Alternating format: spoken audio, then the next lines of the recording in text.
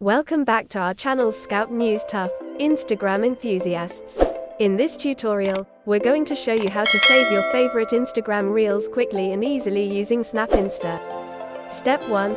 Open the Instagram app. Step 2. Next, copy link. Find the Instagram Reel you want to save and copy its link. Simply long press on the link, and hit copy. Step 3. Go to snapinsta.app. Now, open your browser and go to snapinsta.app. This is the tool we'll be using to download Instagram Reels. Step 4. Paste the link. Once you're on Snap Insta, you'll see a blank space. Simply tap and paste the Instagram Reel link you copied earlier.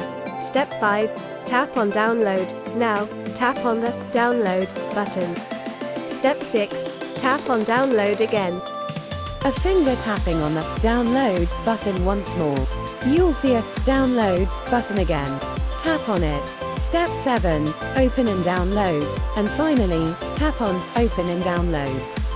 And there you have it. You've successfully downloaded your favorite Instagram Reel using Snap Insta. It's that simple. If you found this tutorial helpful, don't forget to give us a thumbs up and subscribe for more handy tips and tricks. Thanks for watching.